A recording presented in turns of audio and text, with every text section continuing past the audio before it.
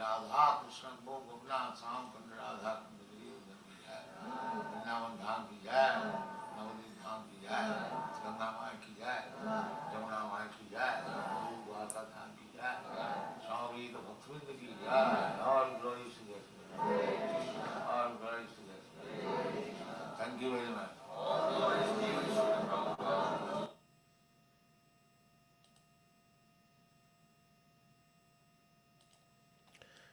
Hare Krishna, dear devotees, please accept our humble obeisances. All glories to Jagat Guru Srila Prabhupada, all glories to Gurudev, all glories to assembled Vaishnavi devotees. Dear devotees, we thank you all for being here as always. Today is the last day of the week, Friday, and it says, oftentimes we try to save the best for the last. And we have our own sweet and big auntie, Her Grace Mother Rukmini, here with us today. We should count ourselves very fortunate because Mother Rukmini is very, very busy. Yet somehow we are fortunate to have her association at least once in a month, which is very beautiful. So we encourage devotees to take advantage of her association with us today. And Mother, without much to be said, you're here. We're happy to have you. We may put the rest on the screen and then you take it over. Hare Okay. Krishna. Hare Krishna. Thank you, Prabhu. Thank you for the very kind and generous welcoming. Om Namo Bhagavate Vasudevaya. Om Namo Bhagavate Vasudevaya. Om Namo Bhagavate Vasudevaya. Narayanam namaskritya naram chaiva narottamam devim sarasatim vyasam tato jayam udirayet nasta prayeshu abhadreshu nityam bhagavata sevaya bhagavati uttama shloke bhakti bhavati naistuki. Jai. Reading from Srimad Bhagavatam, Canto 2, Chapter 6, text number 30. Hare Krishna. Tatascha manava kale ijjire vishayo pare pitaro vibuddha daitya manusya kratubir vibhum. Tatascha manava kale ijjire vishayo pare vitaro vibuddha daitya manusya kratubir vibhum. Now chant it one more time. Tatascha manava prakale ijjire vishayo pare pitaro vibuddha daitya manusya kratubir vibhum. Word for word. Tata, thereafter, cha, also, manava, the manus, the fathers of mankind, kale, in due course of time, ijjire, worshipped, rishaya, great sages, apare, others, pitara, the forefathers, vibuddha, the learned scholars, daitya, great devotees of the demigods, manusya, mankind, kratubir vibhum, the performance of sacrifice to please the Supreme Lord. Translation. Thereafter, the Manus, the fathers of mankind, the great sages, the forefathers, the learned scholars, the Daityas, and mankind perform sacrifices meant to please the Supreme Lord. Purport by His Divine Grace Srila Prabhupada. The Daityas are devotees of the demigods because they want to derive the greatest possible material facilities from them. The devotees of the Lord are ekanista, or absolutely attached to the devotional service of the Lord. Therefore, they have practically no time to seek the benefits of material facilities. Because of their realization of their spiritual identity, they are more concerned with spiritual emancipation than with material comforts. Chant some prayers.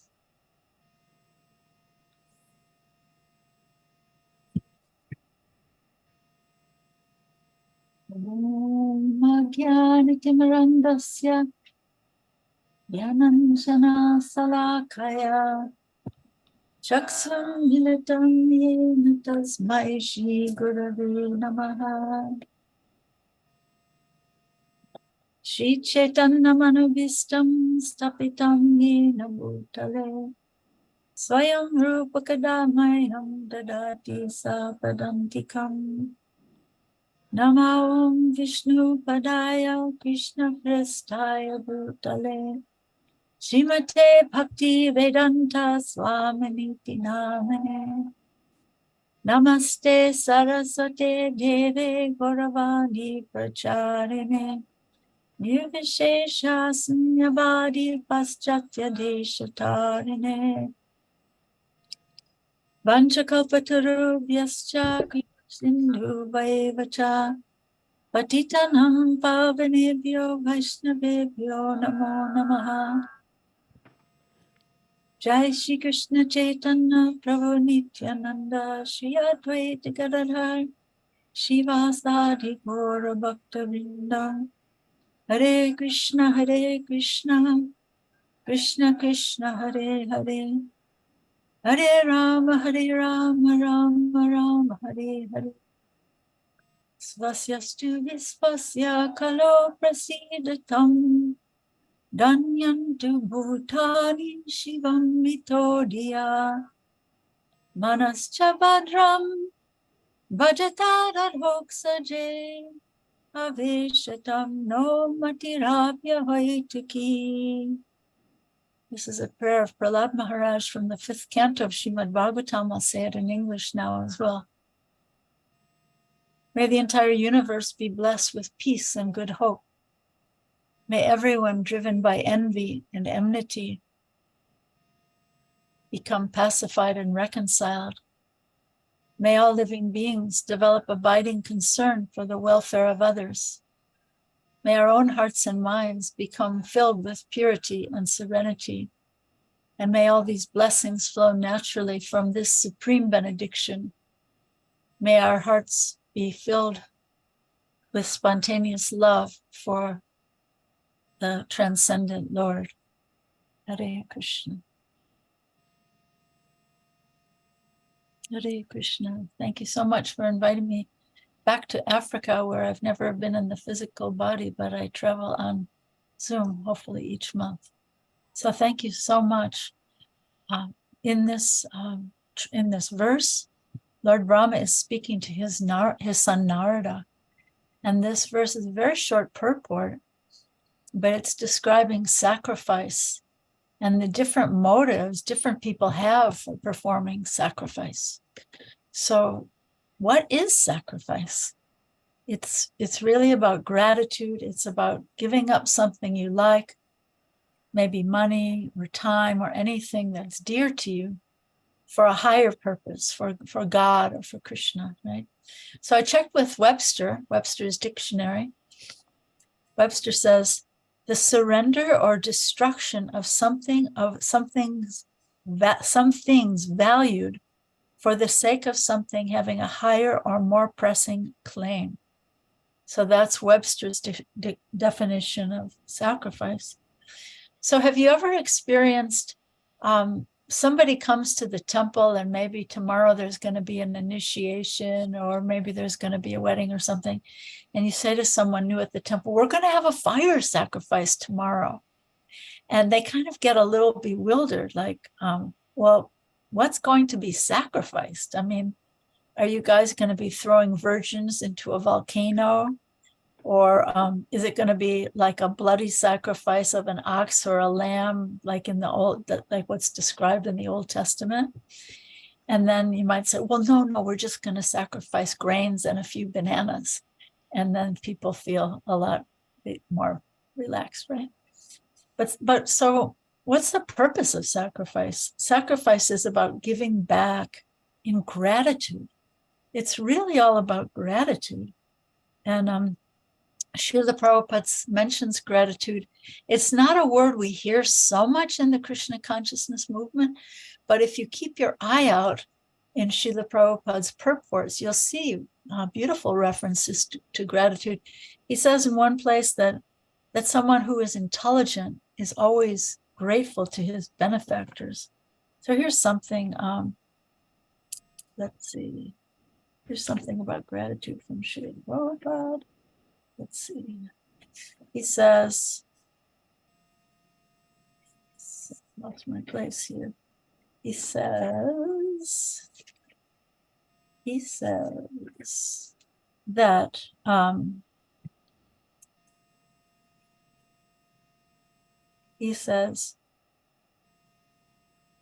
gratitude. Let me see. Srila Prabhupada. Lost my page. Just a second. Looking for Prabhupada's quotes about gratitude. He says that, anyone who's intelligent will be grateful to his benefactors.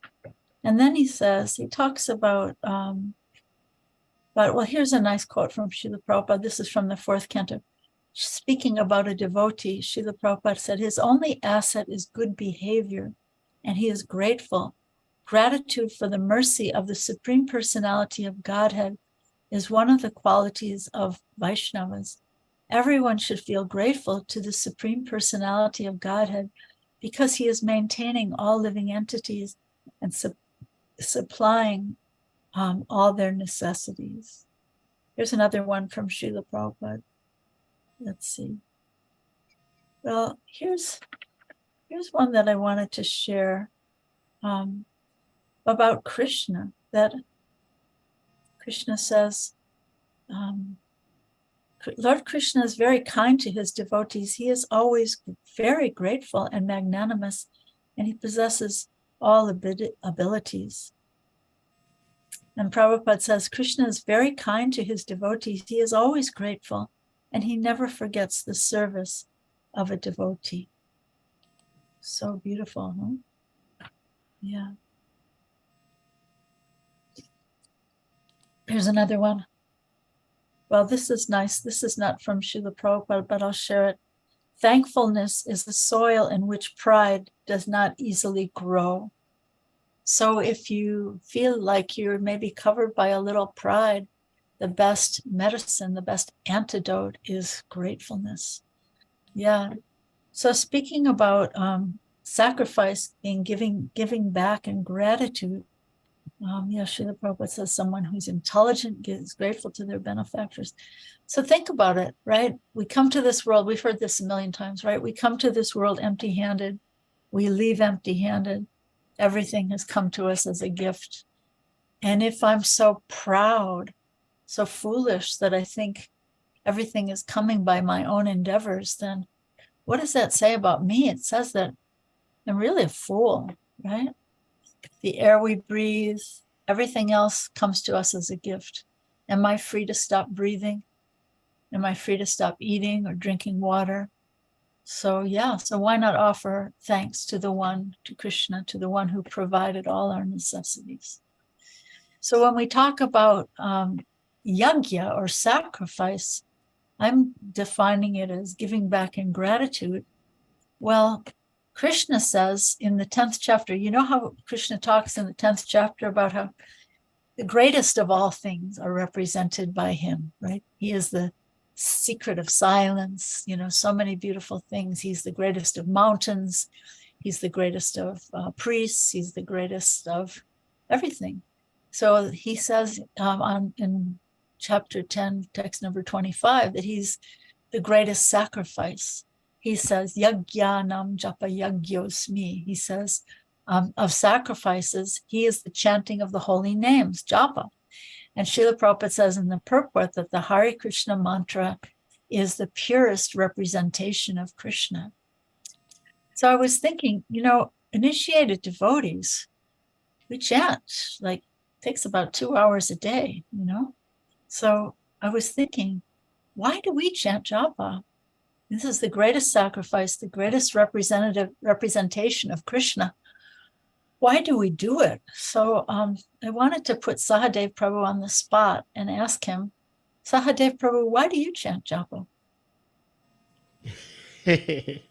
And wait, let me just say something. After I put him on the spot, I'll ask for any volunteers, because maybe some of you might also like to volunteer. Why do you spend 2 hours a day? You could be watching television, you could be surfing the internet, you could be walking the dog, you could be doing anything.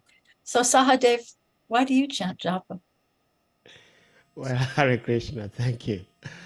Well, I chant japa because when I took initiation, my Gurudev asked me to chant a minimum of 16 rounds a day. So I try to honor what my Gurudev and myself agreed upon to do. But I also understand that the holy names of the Lord is not different from the Lord himself. Therefore, by chanting the holy names of the Lord, I will be in direct contact with the Lord. Beautiful. Hare Krishna. Hare Krishna. Thank you very much. So you're doing it because your Guru Maharaj asked you, and you're doing it because you want to be in direct contact with the Lord. Beautiful. Thank you so much. Who else would like to volunteer? Why do you chant Hare Krishna? Why do you chant japa? Anyone else like to say? Yes. Hare Yes. Krishna. It's Kusha. Who I shall? chant because I was told to chant. Okay. Okay, good. Kusha, do you get anything out of it? Yeah, he gave me serenity when I chant. Good. You get some serenity. Nice. Okay. Anybody else? Yeah, Narayani, please, you may unmute Narayani Devi.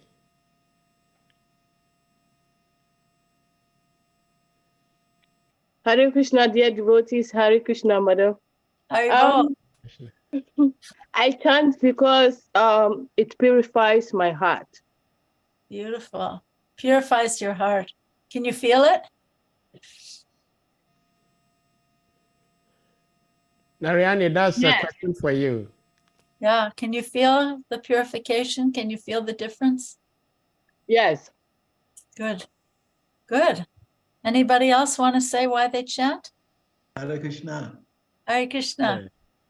Yeah, primary reason I chant is because my Guru Maharaj told me I'm a foolish person. So to get rid of my foolishness, so I should chant. But one thing I enjoyed about it is whenever I'm chanting, I just realize that I forget every other thing and it makes me feel happy. So I love doing it because at that time I chant, I just forget every other thing. So it's for me, it's a kind of sense gratification. Chanting because it's the highest sense gratification. Good. Thank you. You must have, your senses must have gotten purified by chanting. Thank you so much. That's beautiful. Thank you. Anybody else want to say why they chant japa? I see Ras Vilas giggling. You have something to share. Please unmute. Hare Krishna Mataji, Hare Krishna devotees. Hare Krishna. Humble obeisances. Hare- I haven't joined the class from the beginning, but I think the comment everybody is making means I also have to say something. Actually, when I'm doing japa, the only thing that comes to mind is I remember Srila Prabhupada. Sometimes I just take Prabhupada's book, Prabhupada's Lila, I look at the picture, I'm like, what at all prompted this man or motivated this man to do what he did at the age of 70? I am nowhere even close to have the age of Srila Prabhupada, but I'm even thinking about retirement already. So what actually motivated him to do this? So every time I take japa, I look at my japa back then, I remember Srila Prabhupada, that he did this for us. Therefore, we must also continue with what he left. Hare Krishna. Beautiful, beautiful. You're making a nice point. Srila Prabhupada gave us such a gift, and we should chant and try to come to the point of realizing that beautiful gift. Thank you. I appreciate all your answers so much. Yeah. And one other answer is that we chant to please Krishna. We chant to please Radha and Krishna. You know how when someone calls your name, Sahadev, I go, Sahadev, Sahadev, Sahadev. You feel happy. You feel like, wow, somebody's looking for me. Somebody wants to talk to me. So Krishna also, you know, especially when we focus, when we pay attention, when we don't let our mind wander all over the universe, because then it's like you call someone, but then you're not paying attention, then they go away. And then you call them, and then they come back and you're not paying attention, so they go away. So sometimes, you know, somebody might feel like, oh, this person doesn't really want me. They're saying my name, but they're not really wanting me. So to please Krishna, and if we do it with a focused mind, you know, the mind is like a 2-year-old. It keeps running away. So we keep trying to bring it back. So keep trying to bring it back and chant for all those beautiful reasons, you know. So yeah, Krishna says in Bhagavad Gita that sacrifice, charity, and penance should never be given up, right? But they have to be done for the right purpose, right? So this sacrifice we're talking about here, sacrifice of the holy name, chanting the holy names, different people do it for different reasons, right? Different people perform sacrifices for so many different reasons. Somebody wants wealth. Somebody wants a beautiful wife. Somebody wants to pass the exam. So many different reasons.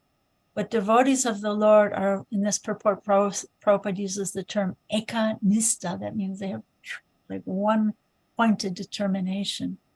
They're absolutely attached to the devotional service of the Lord. And pure devotees like that don't have time or interest to seek out material benefits of material facilities. But you know what? Sometimes we might. And sometimes we're desperate. Sometimes we're in a situation where, you know, somebody's giving us a hard time at work, or maybe we're ill, or maybe someone's dying, or maybe there's a war, or maybe millions of things in the material world. So sometimes we just cry to Krishna, right? We just cry to Krishna. Somebody asked in the chat, where is that prayer I chanted at the beginning? I'm liking to chant that prayer from the 5th canto because there's so much war and fighting in this world right now. So that's a prayer from the, let me see.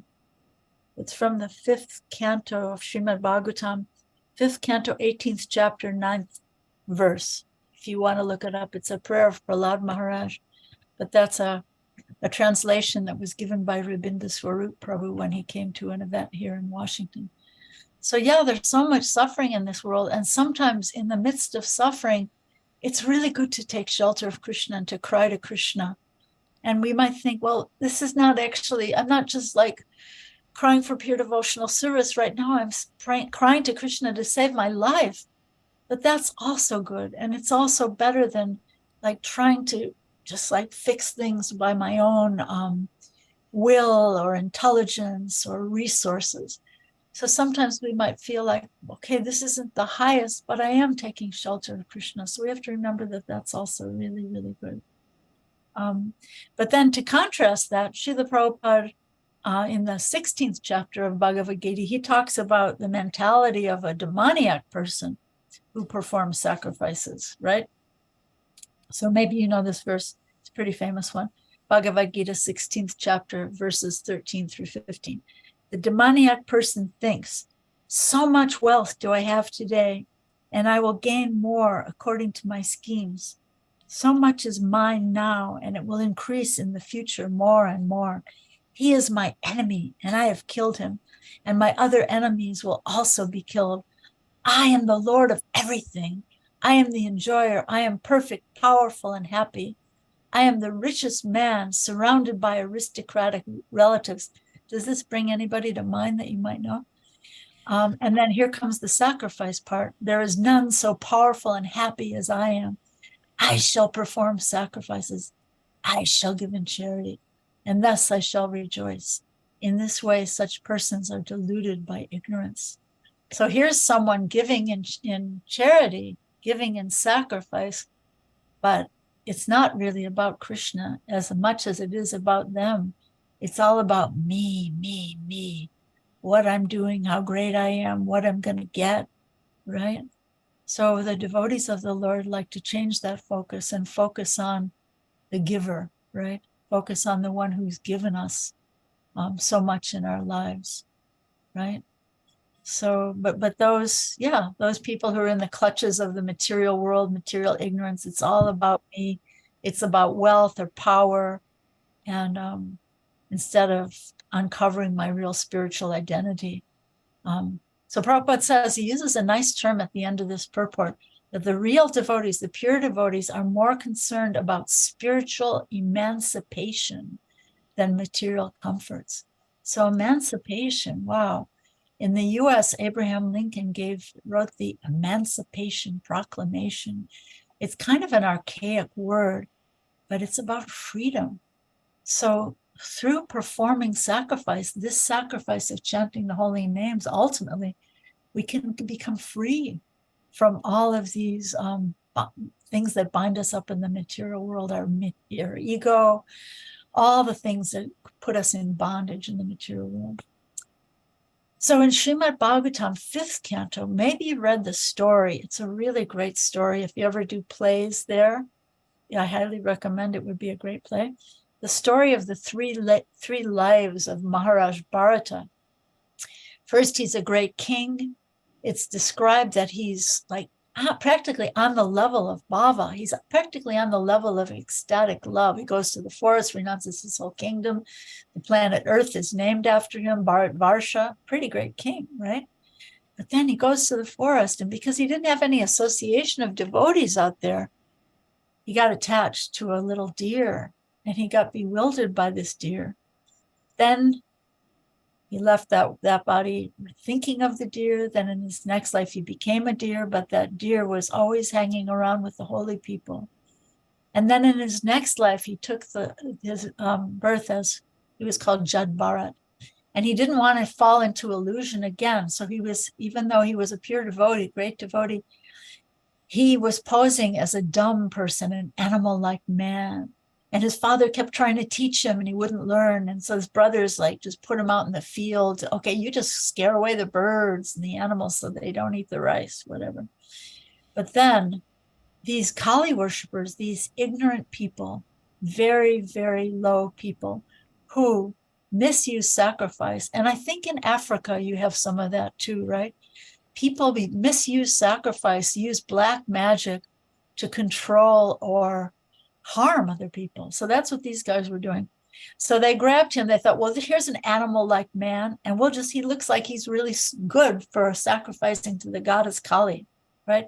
So they grabbed him and they dressed him up, and the guy, one of them raised his sword up in the air, and he was about to slit his throat and offer the blood to this bloodthirsty goddess. But the goddess doesn't like that kind of sacrifice. She was not pleased.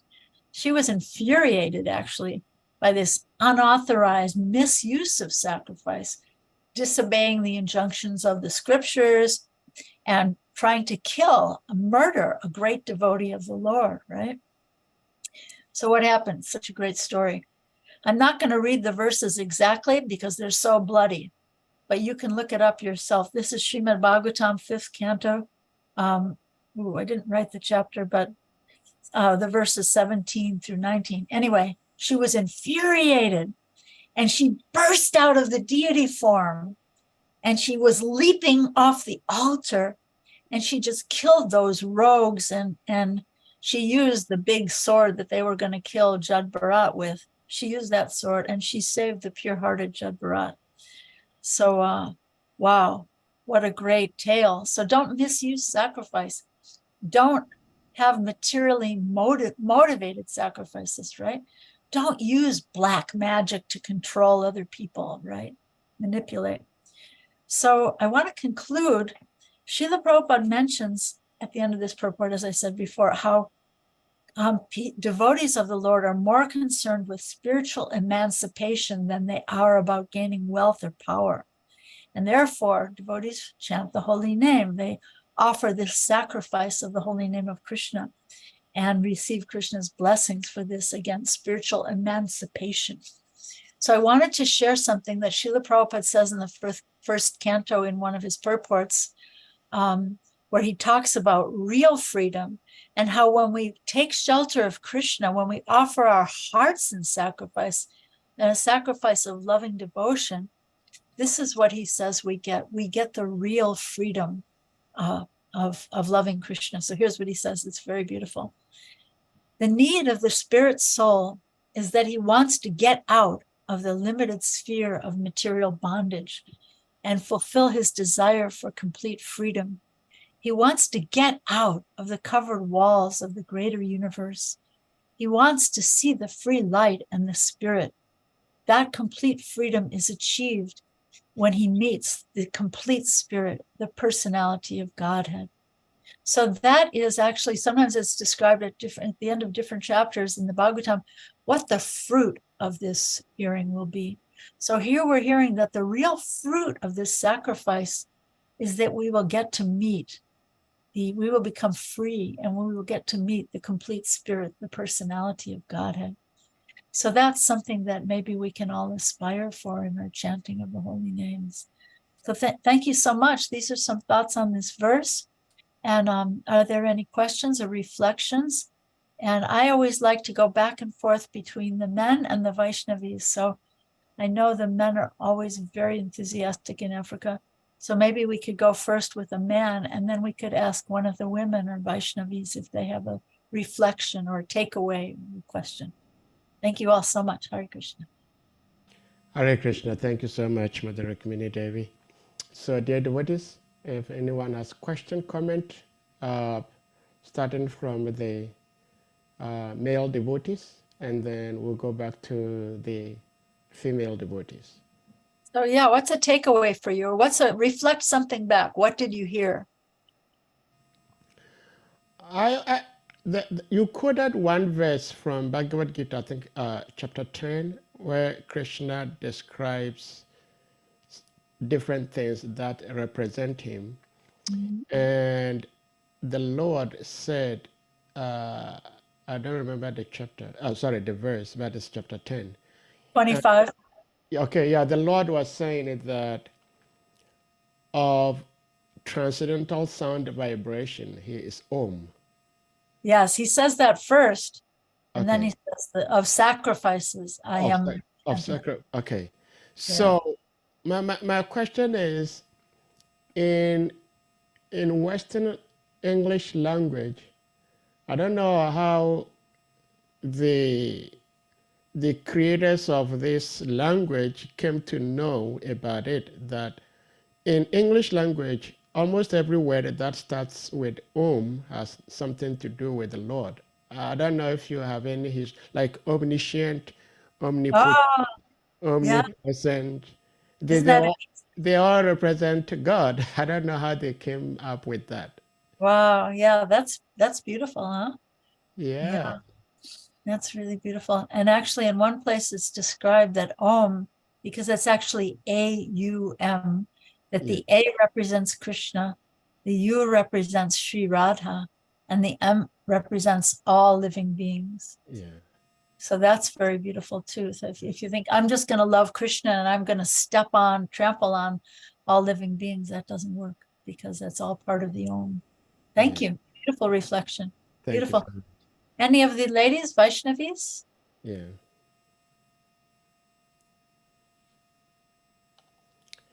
Maybe we may go by calling out names. Yeah, because you know what? Sometimes men think women talk too much, right? I think that's like a stereotype. Men think women talk too much. But how come when we want them to ask a question at the end of class, nobody asks a question? So, okay. All right. So I think I'm going to call on somebody. I'm going to call on Narayani Devi. Okay. Narayani, you may unmute and say something, either reflection or question or whatever. Okay, yes, please unmute. Hare Krishna, dear Mother, Hare Krishna, dear devotees. The take home that I'm taking is sometimes when I'm chanting, my kids, sometimes they'll be doing something and then I'll be saying, oh, you do this, you stop, you did do this, you do that.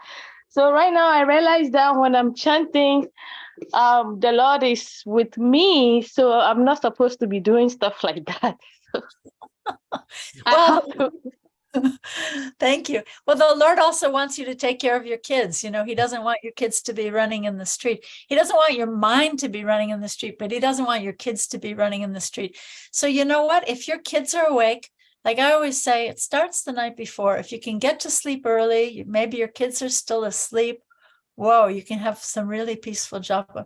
But if your kids are awake and they're running around and they're calling you mama, mama, mama, then figure out some good things they like to do. You can get them coloring, some pictures of Krishna or animals, whatever.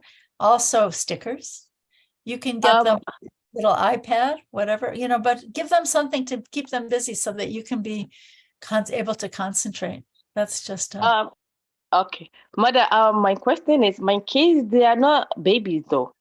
I wake up, sometimes I wake up early morning to chant my rounds. Yeah. And they have to wake up like 6 o'clock. So I wake up before them. But at 6 o'clock, when they wake up 6 o'clock, they'll be going around. There is a mirror in our closet. You see somebody standing at the mirror doing something whilst I'm sitting there. And sometimes they will go by picking something in front of the TV. So sometimes it's hard. Yeah, it's a complete battle. And sometimes when you have older kids, you have to get them off to school. Maybe you have to make them some sandwiches to take to school. It's a battle. But you know, make some sacred time. Maybe after they go to school, after they go wherever they go, because older kids don't want to hang around with their mama all day anyway. So, you know, make some private time. And if it's not early in the morning when they're running around hiding behind the mirror, then make some time when you can make that special time for Krishna, or take a walk. You can, maybe if they have all their friends and they're making noise at home, go outside, you know, and make a special time that you can be with Krishna. And it's a constant battle for supremacy, right, between the mind and Krishna. So try to give your best as best you can. And Krishna understands. If you're trying, He understands. So keep trying. And kids grow up very quickly. Like my son Gauravani, he's 46. I can't believe it. Oh, yeah. So they do grow. So you have hope. Thank you so much, Mother. Haribo. Okay, maybe a question or a reflection from one of the gentlemen, Vaishnavas. Yes. So, any observation from the? Yeah, Hare Krishna. Hare Krishna, Mother. Yeah. Please, based on the question, Mother, is it Narayani? Yes. Narayani, yes. Yes, I just wanted to make a comment that is it possible to get the kids Japa bags and Japa beads so that while she's also chanting, they can also be part of the Japa. But however, I would also love to ask Mother Rukmini, what age or at what age are children recommended to also start chanting so that it's going to be effective, or is it as soon as possible that we see that they can talk, make pronouncements? Yeah, that's a great question. Thank you so much. I think it's great. You can give them japa beads when they're babies, but they should never be forced, you know. They should learn to like it and think that it's fun, but they should never be forced. So even when they're babies, you can get them a little bead bag and little japa beads and you know, and they can imitate, because children love to imitate their parents. But the thing is, they should never be forced, because sometimes it becomes like an ego trip of the parents that, oh, my children are chanting so many rounds and your children are not. And then that's not good, you know, and then the children resent that and they just want to run away. So it should never be forced. And it should just be an expression of love. They should see that you're liking it, so they'll like it too. But if you force them, oh, you have to sit down here for an hour, no, then they'll rebel. So yeah, make it from the heart, make it something that they will love. Good question. Thank you very much, Prabhu. Haribo. Thank you, Mata. Any other ladies' questions? Yeah, so we'll go to Gayatri Devi. Okay. Mother Gayatri, please unmute.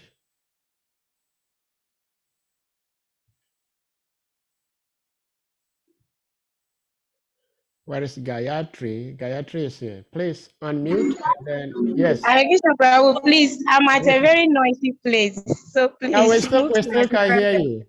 We heard you. We heard you when you were talking. Yeah, we heard you. Haribo. Yeah. Are you in the classroom? No, Prabhu, we just closed and I'm on my way to the house. Yeah, so just say something. Some reflection. We can hear you. Yes.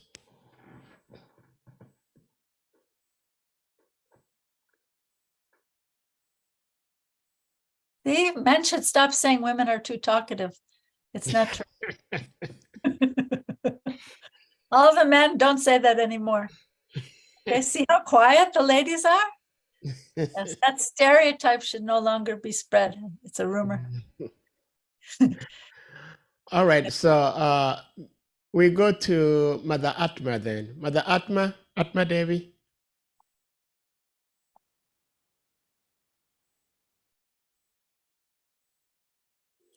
I hope she's home. Please unmute Mother Atma. Hare Krishna. Hare Krishna. Hare Krishna. Hare Krishna, Mata.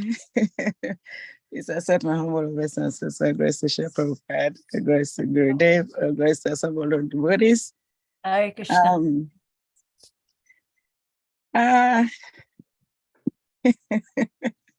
I'm put on the spot, but what did you hear? Just reflect something back, something that was important for you. Maybe you can reflect back. I think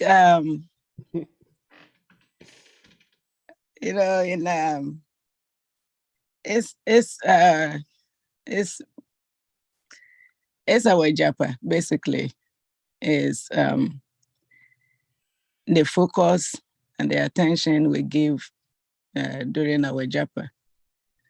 And I've been trying to get up early in the morning. I try to finish my japa before I do anything. So that has been going well, but as I don't know if it's just only me, but you know, during japa, the mind will be going here and there, here and there, here and there.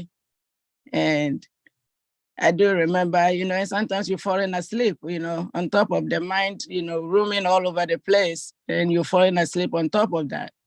Right. And I do remember one lecture that my Guru Maharaj gave, and it was a very powerful lecture. And he was saying that sometimes, like when we are watching a movie and the movie is so good, even though you are so sleepy, you still stay awake to make sure that you finish that movie before you go to sleep. You know, you try to put all your attention there to stay awake. But when you're doing japa and you are falling asleep, why can't you tell your mind? Why can't you just like, you know, like try to focus, just like you try to focus on watching that movie? So true. And every time I started doing that, I'm like, okay, you know, I need to just reflect in my mind every time. Yes. And since I started, you know, doing that, it's been a little bit better during japa. Thank you for being so vulnerable and sharing that great instruction, you know. Yeah. That's really, really wise. And, you know, sometimes I find if I'm too bundled up and too warm, it'll make me sleep. Mm-hmm. And also have a glass of water next to you so that if you get sleepy, you can drink a little water. Okay. And you know, and also I think pray to Krishna to help you. that Krishna, this is so important, and I don't understand the importance of it, but all the great teachers have advised me that it's very important. So please help me to stay awake and to get this taste and to be awake for the living name, be awake for Krishna's living name. Yeah. Thank you. Great advice. And then another thing I tell myself also is that, you know, if you're going to get up at 4:30 in the morning to chant, then you might as well do it better. You know? You might as well try to focus. Otherwise, what's the point of getting up at 4:30 in the morning? You know? So that's also been helping. Thank you, Martha. Thank you so much. Beautiful. If you're going to sleep, you might as well be sleeping in your bed. If you're going to be awake, right? Thank you. Very, very nice reflection. Thank you so much, Haribo. Hare Krishna. So we go to His Grace Anadini Ranam Prabhu. Please, you may unmute.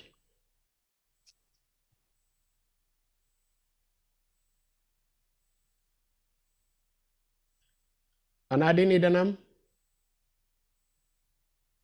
Prabhu, Hare Krishna, Dandava Pranam. Hare Krishna. My network is some kind of bad here. But anyway, mine is more or less like a question. In Mother's presentation, she made mention that some stand for material things. So my question is, anything minus Krishna is material to my understanding. So someone chanting, maybe attach something to the holy name, like money or something like that, or that material or something else. Hare Krishna. Dave, you catch it? It was going in and out. Yeah, he was breaking up, but I think his question is that you had mentioned. Sorry. You had mentioned that we should be attached to Krishna, and his understanding is that anything minus Krishna is material. So if someone is chanting the holy names of the Lord, if someone is chanting some mantras, which is about the Lord, but chanting the mantras, he is also thinking of something like money, which is material. But he is also chanting the names of the Lord, which has something to do with the Lord. How is it material if the reason he is chanting the mantra is for money, material thing? Well, you know, Krishna is actually in everything, right? He's in money, he's in the air, he's in time, he's everywhere. There's nothing that Krishna is not in. He's in every atom, he's in between every atom. So in one sense, you could say, Krishna's in the money, so I'm just going to worship money. Why do I have to worship Krishna?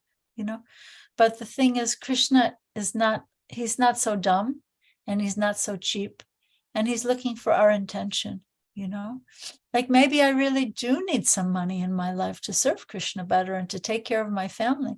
So I can tell Krishna that, Krishna, I really need to have more money to support my family, support my life. So please help me, but most of all, I want you. You know, so Krishna, he understands our intention, you know, he understands our needs. And, you know, so we can go to him, even if it's not just praying for pure devotional service, we should go to him anyway, independence, and try our best, you know, and say, Krishna, I have these desires, but most of all, I want you. So please help me maintain my life and my family, and give me your own self as well. So he will understand.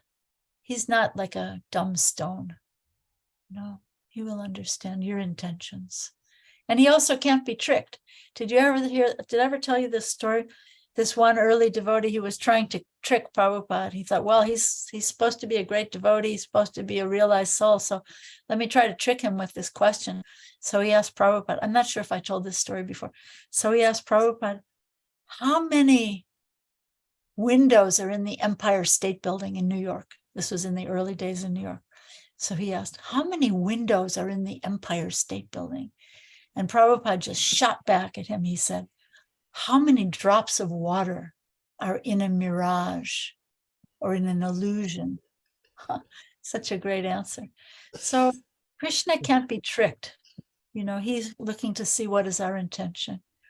And if we're crying to him that, Krishna, I keep falling asleep when I'm chanting, please help me. Or Krishna, I need some money for my family, please help me. But then he'll see that what we want most of all is his shelter. He'll understand. Is that a good answer? Thank you Okay. so much, Mother. I think Okay. Mother Malati was here yesterday, and she also shared something very beautiful about Srila Prabhupada. Srila Prabhupada is just so sweet, you know. So she was sharing that once Srila Prabhupada was giving like a seminar or something, and one guy stood up and asked Srila Prabhupada,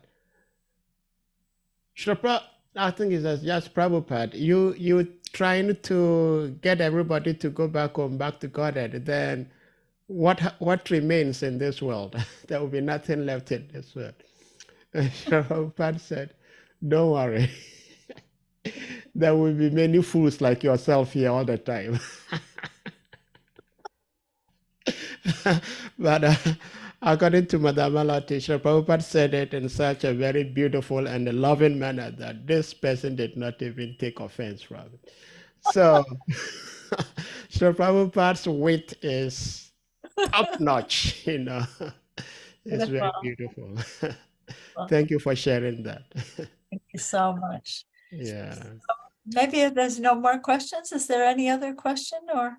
Yeah. Any other question before we let Mother go? Hare Krishna. Yeah, Hare Mother, Krishna. I'm just laughing about what Sadio Prabhu just said, and then one of Prabhu's things that I just said. But I was just being inquisitive that I could say that when Prabhupada came to America, many of devotees that had joined, let me use you as an example, you may have been in your youthful ages. What was this special thing that actually motivated the youth? Because everything that Prabhupada has said is like, he said, these American boys and girls. He didn't refer to you as men and women. But in this our era, we are not getting this kind of motivation. What was so different? Is it the personality Prabhupada that was motivating, or they are just special so that Krishna himself had arranged and sent to Prabhupada because he wanted ISKCON to stand? Is there any tips you can give us as youth? We are growing, we are having programs so that we can infuse these things to our daily life. Hare Krishna. Hare I Krishna. humbly plea. Hare Krishna. Sahadev, did you understand the question? Because I didn't quite. Yeah. Sorry, he was saying that when Srila Prabhupada came to the West, when Srila Prabhupada came to America, most, if not all of the disciples, all the devotees who came to join him were all in their youthful days. And so Srila Prabhupada actually referred to the followers as you boys and girls. Right. That means you were not like, excuse me to say, very old people.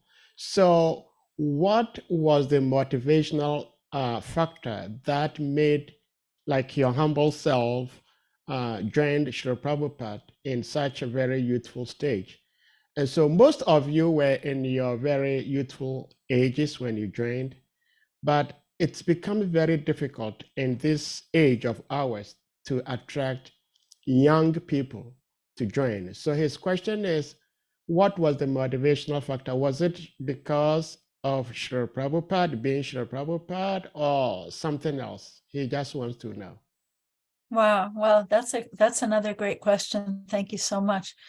Well, I think that's true. Srila Prabhupada being Srila Prabhupada, because like my father had such an appreciation of Prabhupada that we, like our motto was, don't trust anyone over 30. And yet my father was saying we trusted Prabhupada, even though he was telling us the opposite of everything we believed. So what great character Srila Prabhupada had.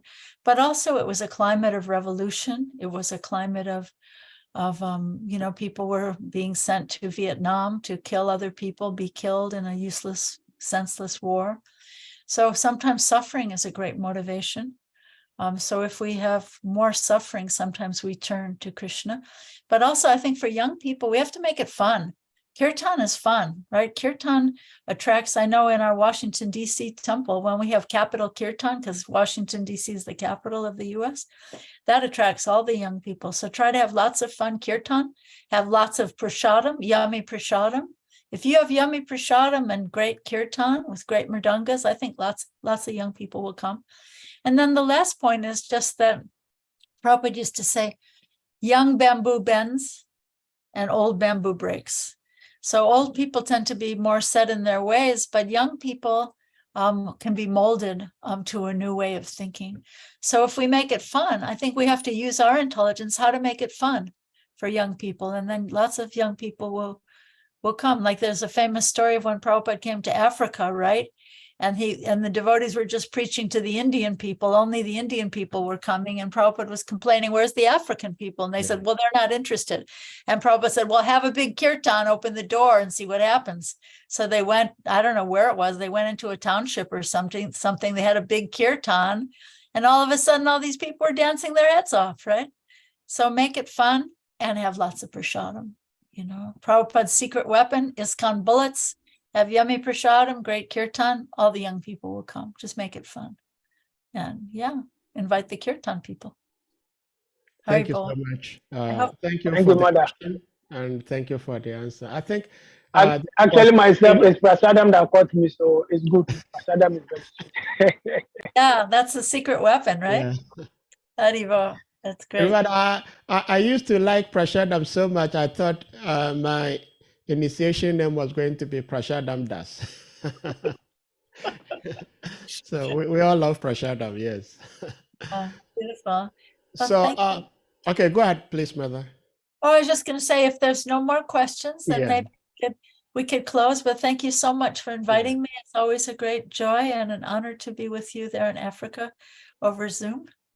And, thank you so much, Mother, for the love. And you, the direct disciples of Srila Prabhupada, we, the other generation and the coming up generations, we owe you so much. We can never repay you for what you did for us. And Ras Vilas Prabhu's question, I am with the conviction that that atmosphere that we read about that took place in ISKCON when Srila Prabhupada was physically here, especially his very, very early days establishing ISKCON till he left us physically. That will never be experienced again. It will never happen. That love and dedication and not thinking about oneself, just doing everything to please Srila Prabhupada, it will not be there as it was. But it's just that it was created for coming generations till time indefinite to look up to that and try to mold ourselves. So if we do not get to that point, I don't think we should kill ourselves over that, because we're never going to get there anyway. This is my conviction. But it is there for us to learn how these devotees dedicated their lives, risked their lives to serving their Gurudev. So that is my conviction. Well, thank you very much for the beautiful appreciation, and all credit goes to Srila Prabhupada. But I also think if even one or two of us becomes very, very pure-hearted in Krishna consciousness, like look at Bhakti Tirtha Maharaj. He went to Africa, he set it on fire, right? So if just one or two of us become so inspired as he did, then we can light the whole world on fire. It just takes taking it seriously, like Prabhupada wanted us to do. So thank you so much. Hare Krishna. Thank you so much. Oh, Harichakra Prabhu, you have something to say? Mother, do you have like a couple more minutes for us? Harichakra Prabhu has something to say. Harichakra Prabhu. Yeah, please unmute. Hare Krishna, Mother. Thank you very much. Anytime we hear you, then it's like we want to start all over again, our Krishna consciousness. Thank you, Prabhu. It's so inspiring. Thank you. About what Ras Vilas was saying, and comment Sade Prabhu also gave. Personally, what I'm thinking is that Prabhupada actually has given us the what we call the technique how to attract the young, because when Prabhupada came, even though all these young boys and girls, they were way younger. Prabhupada was way older than them, but he still embraced them. He embraced them with so much love that they thought they were part of him. And so once they thought like that, then they wanted to do anything for him. Right. And I can understand the similar thing happened with my Guru Maharaj. Anytime we approach him, he just opens up and make you feel that you are also somebody. Now, what I'm personally seeing in our recent time is that we don't embrace the youth like that. We always trying to look down upon them. Or we are always thinking that they have nothing to offer. And once you begin to think like that for children, you lose them. Even in our homes, in our personal homes, if you have your children and you don't make your children feel that they are important in the house, they can also offer something, they can bring their suggestion on board, you lose your children. So true. Well, didn't Jesus Christ say from the mouths of babes, right? Jesus Christ said from the mouths of babes. So we should be humble enough to learn from our children and to hear from them and maybe ask them, how can we attract young people? Maybe they'll have some great ideas that they never thought of, that we never thought of. Yeah.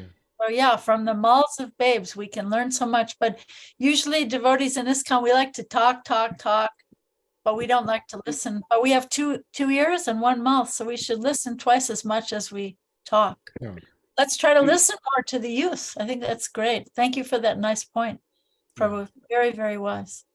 Thank you. Well, thank you so much. So thank you. I think that's a very good point to end on.